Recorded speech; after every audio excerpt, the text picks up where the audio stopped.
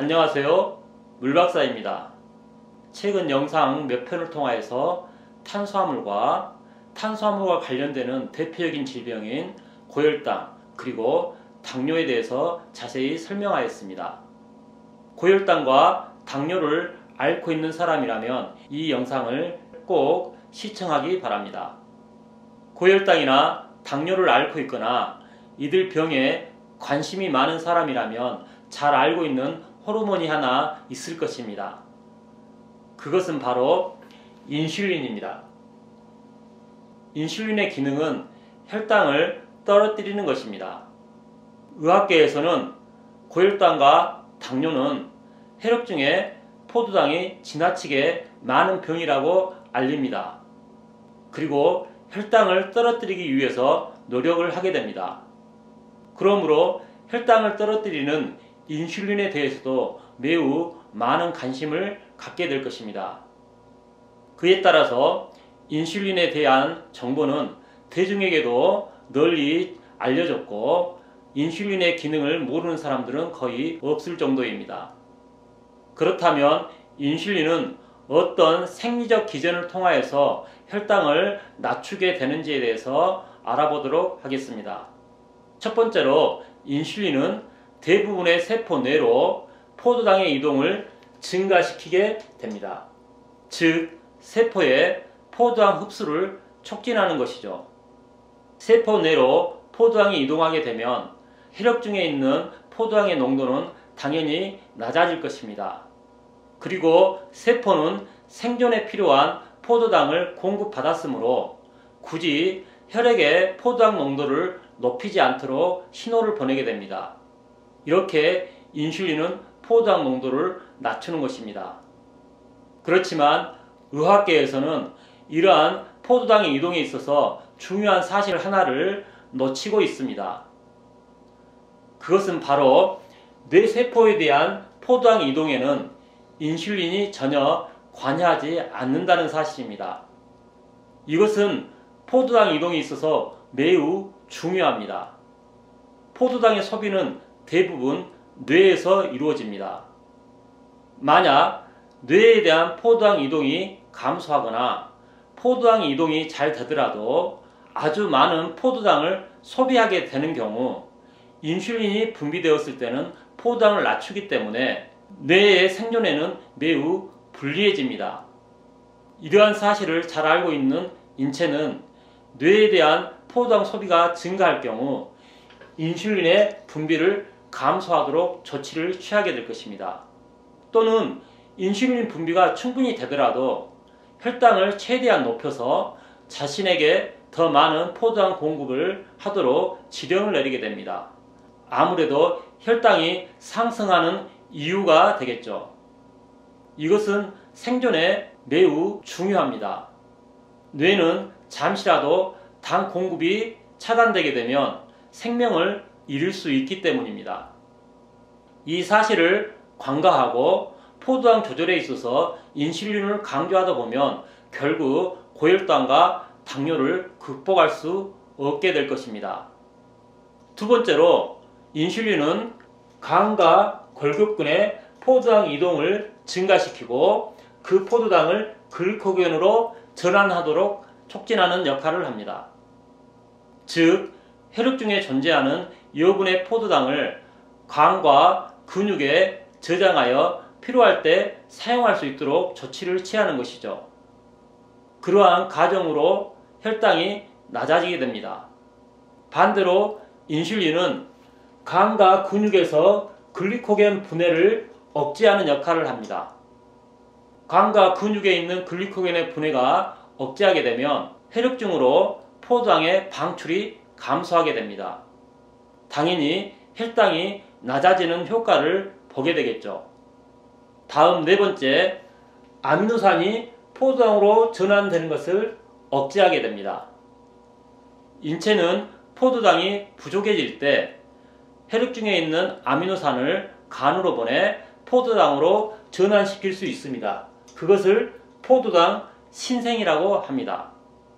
인슐린은 이러한 포도당 신생을 억제하여 혈당을 낮춘다는 사실입니다. 이러한 인슐린의 작용은 반대로 혈액 중에 있는 아미노산을 조직 세포 쪽으로 보내어 인체의 빌딩 블록을 만드는 데 사용하게 합니다.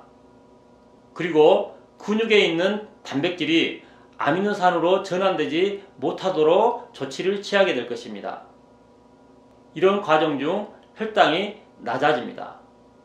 마지막으로 인슐린은 혈액 중에 있는 포도당을 지방 조직으로 운반하는 역할을 하게 합니다. 이렇게 지방 조직으로 이동한 포도당은 지방으로 전환될 것입니다.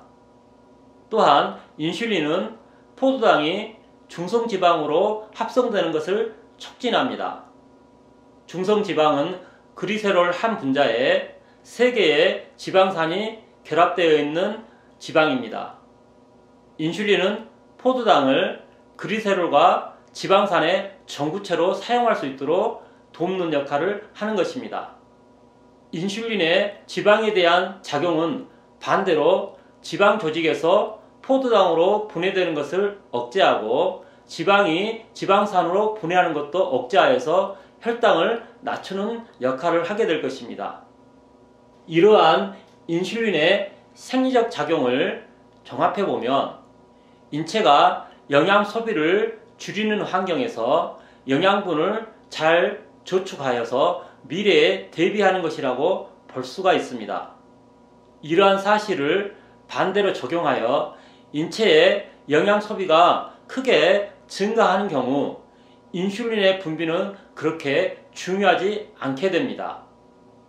만약 어떠한 요인에 의해서 에너지 대사가 많이 요구되는 경우 함부로 인슐린을 사용하게 되면 인체는 포도당 고갈에 의해서 심각한 후유증을 앓게 될 것입니다. 결국 고혈당과 당뇨에 대해서 지나치게 인슐린에 의존하는 그런 삶을 살지 않아야 된다는 것입니다. 현재 고혈당이나 당뇨를 앓고 있는 사람이라면 의사의 인슐린 처방이 있을 때 가감히 그것을 하지 않겠다는 그런 선포가 필요합니다.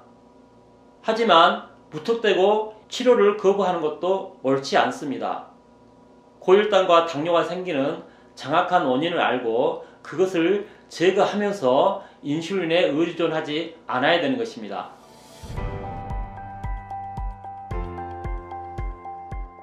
아무튼 인슐린은 혈당을 떨어뜨리는 매우 중요한 호르몬입니다. 그렇다면 인슐린의 분비는 어떤 과정을 통하여서 이루어지고 인슐린의 분비에 영향을 미치는 요인들은 무엇이 있는가 살펴보도록 하겠습니다. 인슐린은 췌장의 베타세포에서 분비하게 됩니다. 인슐린이 분비되기 위해서는 첫 번째로 혈액 중에 포도당의 농도가 상승되어야지만 됩니다. 인슐린이 분비되기 위한 첫 번째 조건은 혈액 중에 포도당 농도가 상승하는 것입니다. 혈액 중에 포도당 농도가 상승하게 되면 포도당은 인슐린을 만들어내는 췌장의 베타세포로 들어가게 됩니다. 그런데 포도당의 세포 내로의 유입은 나트륨 포도당 동시 수용체를 이용하게 됩니다. 만약 나트륨이 부족하여서 나트륨 포도당 동시 수용체가 제대로 생성되지 못한다면 포도당은 췌장의 베타세포로 들어갈 수 없게 되는 겁니다.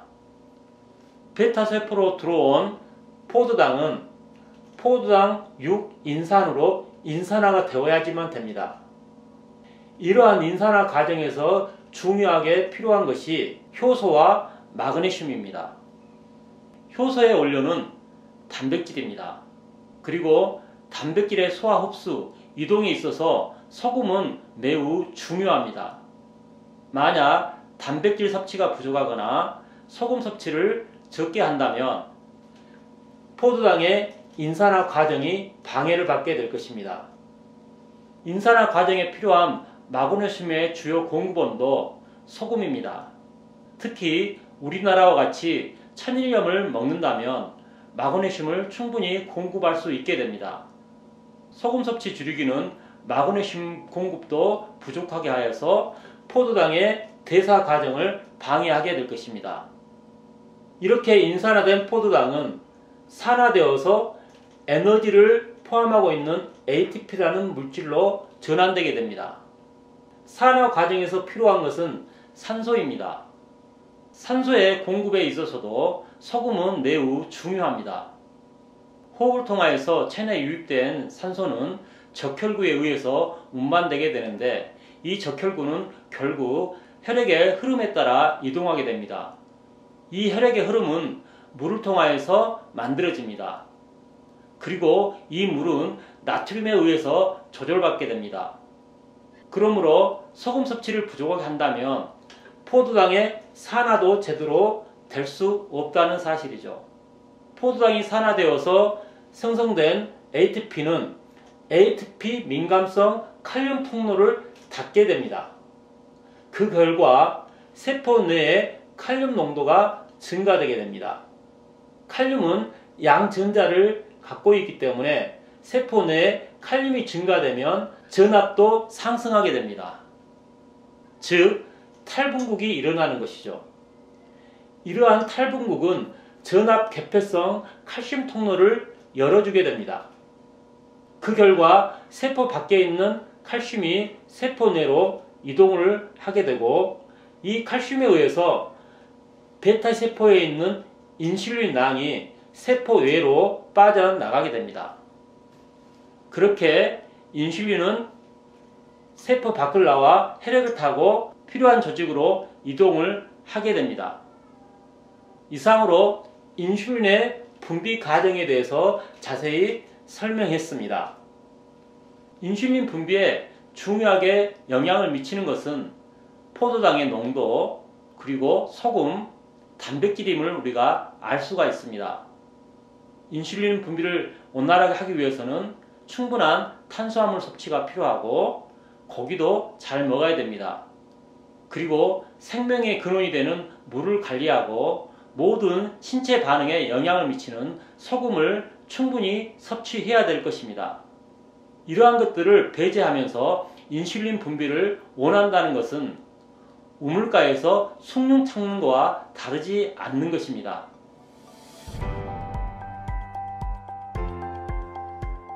인슐린의 분비 과정과 인슐린 분비에 영향을 미치는 요인에 대해서 이제 잘 알게 되었죠. 현대 의학계에서는 인슐린의 분비 양상에 따라 당뇨를 크게 두 가지로 나눕니다. 하나는 소아당뇨병이라고 일컫는 제1형 당뇨입니다. 다른 하나는 성인 당뇨라고 불리는 제2형 당뇨입니다. 제1형 당뇨는 선천적인 요인이 큽니다. 췌장에서 인슐린 분비가 거의 되지 않기 때문에 인슐린 주사를 따로 해야 되는 그런 병입니다. 물 박사는 제1형 당뇨도 소금과 다른 식품을 골고루 섭취하게 되면 어느 정도 개선이 될 수 있다고 생각하지만, 아직까지 물 박사도 그러한 경험은 제대로 없기 때문에 제1형 당뇨에서는 언급하는 것을 하지 않겠습니다. 성인이 되어서 생기는 제2형 당뇨병이 대부분의 당뇨병이고, 이것은 얼마든지 극복할 수 있는 병이기 때문에 제2형 당뇨병에 대해서만 자세히 설명하도록 하겠습니다. 제2형 당뇨병은 인슐린은 잘 분비되는 그러한 당뇨병입니다. 하지만 인슐린이 어떠한 이유인지 알 수 없지만 무언가에 의해서 저항을 받아 제대로 일을 할 수 없어서 혈당이 상승한다는 것입니다. 그래서 제2형 당뇨는 인슐린 저항성 당뇨병이라고도 말합니다. 인슐린 분비가 충분하더라도 체내에서 혈당이 올라가는 이유는 아주 많습니다. 그러한 대표적인 요인이 스트레스 요인입니다. 인체에 가해지는 스트레스 요인은 포도당의 소비를 증가시키는 환경을 뜻합니다. 그러므로 포도당 소비가 증가한 만큼 포도당을 확보하려고 노력을 하게 되고, 그 결과 혈당 수치가 상승하게 됩니다. 그러한 노력에도 포도당을 충분히 공급할 수 없는 경우 인체는 인슐린의 분비를 억제하여서 포도당이 필요한 곳으로 더욱 많이 갈 수 있도록 조치를 취하게 되는 것이죠. 이러한 사실을 간과하고 혈당이 높다고 무조건 인슐린을 주사하게 되면 인체는 큰 혼란에 빠지게 됩니다.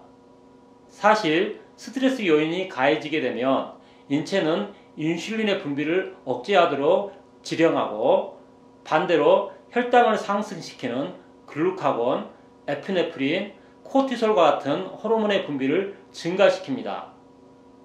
혈당을 낮추는 호르몬은 인슐린 하나이지만 혈당을 상승시키는 호르몬은 여러 개라는 사실이 매우 우리에게 시사한 바가 큽니다. 그것은 포도당이 부족한 상황보다 포도당이 많아야 되는 상황들이 훨씬 더 많다는 사실을 뜻합니다. 혈당을 낮추는 인슐린의 분비는 인체의 활동이 매우 감소한 상황을 뜻하고 반대로 혈당을 상승시키는 글루카곤, 에피네프린, 코티솔의 분비 증가는 인체의 활동이 매우 많아진 것을 상징합니다. 이렇게 활동량에 따라서 인체는 자연스럽게 혈당 조절에 관여한 호르몬의 분비를 조절하게 되는 거죠. 이러한 사실을 무시하고 혈당이 높다고 함부로 인슐린을 주사하게 되면 인체의 호르몬 균형은 심각하게 깨지게 될 것입니다.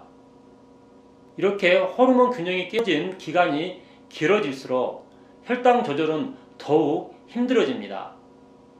의사들에 의해서 혈당을 떨어뜨리는 혈당 강화제나 인슐린을 주사함에도 불구하고 당뇨병 환자가 더 많아지는 그러한 이유가 바로 이러한 원리를 무시하기 때문입니다. 우리의 몸은 우리가 살아가는데 가장 적합할 수 있도록 영양소의 균형을 스스로 조절하게 됩니다. 이러한 조절을 위해서 자율신경계와 뇌분비계가 작동하게 됩니다. 결론적으로 당뇨병에 인슐린은 그렇게 중요하지 않다는 사실입니다. 당뇨병의 가장 중요한 것은 지나치게 에너지 소비를 하는 생활 습관을 버리는 것입니다.